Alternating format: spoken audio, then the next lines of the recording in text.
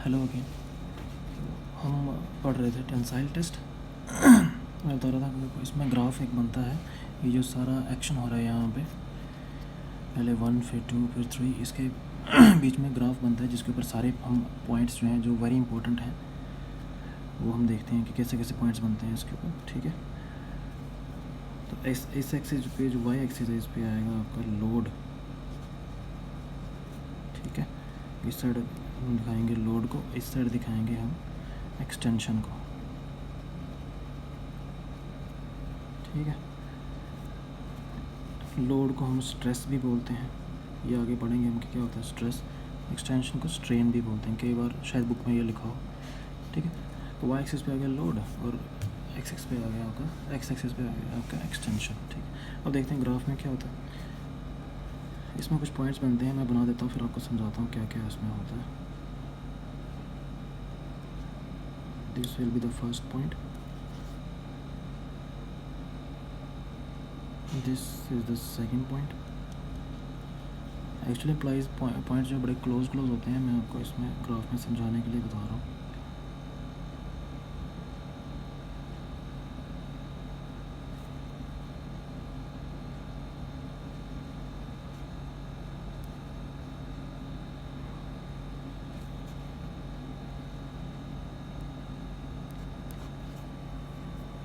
Let it be A point, B point, C point, D point, E and F। हमें देखना कि हमें देखना है इन पॉइंट्स का क्या मतलब है, क्या इनकी वैल्यू है। ठीक है, तो मैं कई पॉइंट आपको एक्सप्लेन करता हूँ। तो पॉइंट ए जो है, पहले हम देखते हैं पॉइंट ए तक क्या हो रहा है। मान लीजिए ओ ए है, ओ ए या 0 ए। ठीक है, ओ से ए या ओ ए। ठीक है, इसमें क्या हो रहा है, इसको हम बोलते हैं पॉइंट ओ ए में क्या हो रहा है। अब देख रहे हैं कि ये लाइन बिल्कुल सीधी है। अगर कोई ग्राफ है उसमें सीधी लाइन बन रही है, मतलब 45 डिग्री एंगल पे लाइन बन रही है दोनों साइड। ठीक है, तो इसका मतलब क्या हुआ कि एक्स और वाई दोनों प्रोपोर्शनल हैं इस लाइन पे। ठीक है, वही यहाँ पे हो रहा है कि ओ से लेके ए तक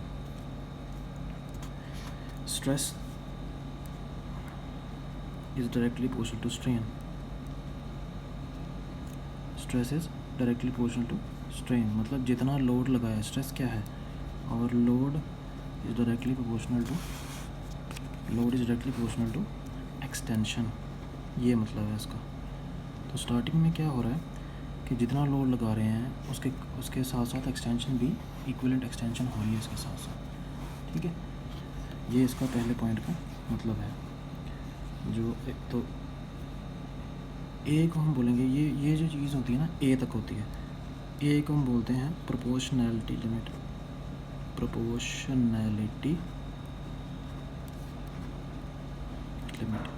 ओके, क्यों? क्योंकि ए पॉइंट तक stress is directly proportional to strain, इसके आगे नहीं होता, सिर्फ ए पॉइंट तक स्ट्रेस इज़ डायरेक्टली प्रोपोर्शनल, तो इसलिए प्रोपोर्शनैलिटी लिमिट।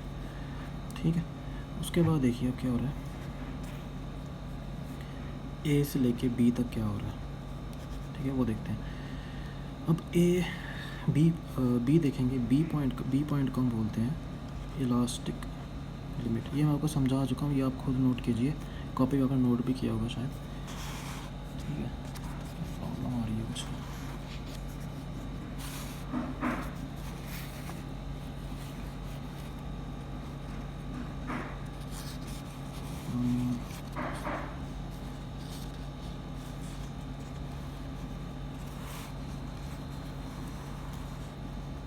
बी को हम बोलते हैं इलास्टिक लिमिट।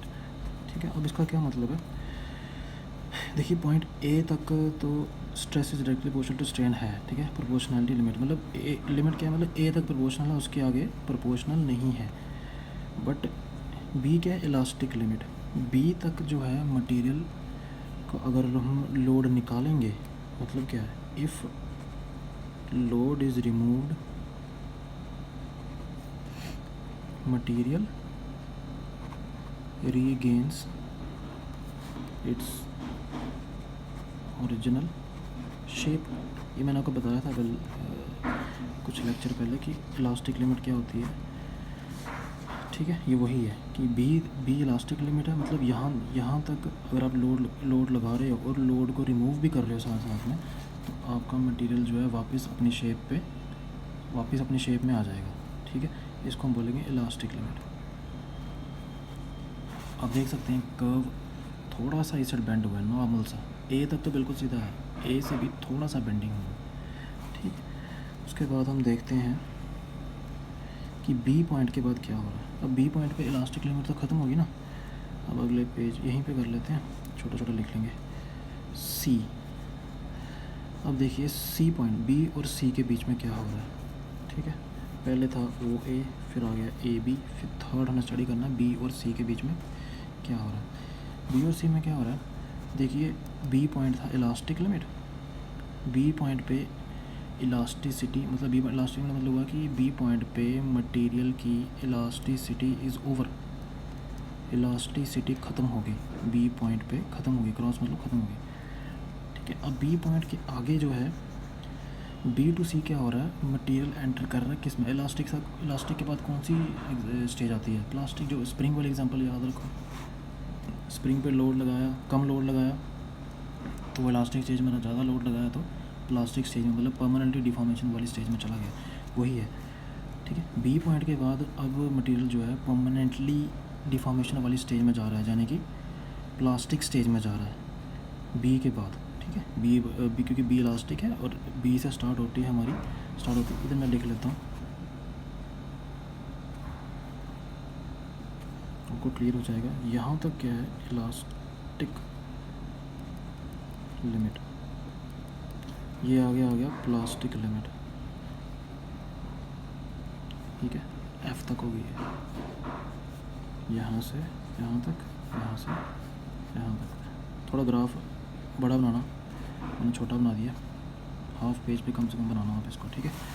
अच्छा, अब हमें क्या बताया कि सी पॉइंट से बी पॉइंट के बाद प्लास्टिक रेंज शुरू हो रही है, मतलब परमानेंटली डिफॉर्मेशन वाली स्टेज में चला गया, ठीक है। ये जो स्टेज आती है बी के बाद, यानी कि जब प्लास्टिक स्टेज में चला गया, इसको हम बोलते हैं यील्डिंग। एक नई टर्म है आपके लिए, यील्डिंग। यील्डिंग का मतलब क्या होता है, और देखिए ग्राफ में कि बी के बाद क्या हो रहा है, जो कर्व है इट्स मोर इंक्लाइंड टुवर्ड, थोड़ा सा इट्स एक्चुअली मोर फ्लैट, ठीक है। अगर ये बी ऐसे है तो सी बिल्कुल ऐसे है। इससे क्या पता लग रहा है आपको, इससे ये पता लग रहा है कि स्मॉल लोड, ये आ गया लोड और एक्सटेंशन ज़्यादा, small load more extension, small load and more extension, ये यील्डिंग का फिनोमेना है।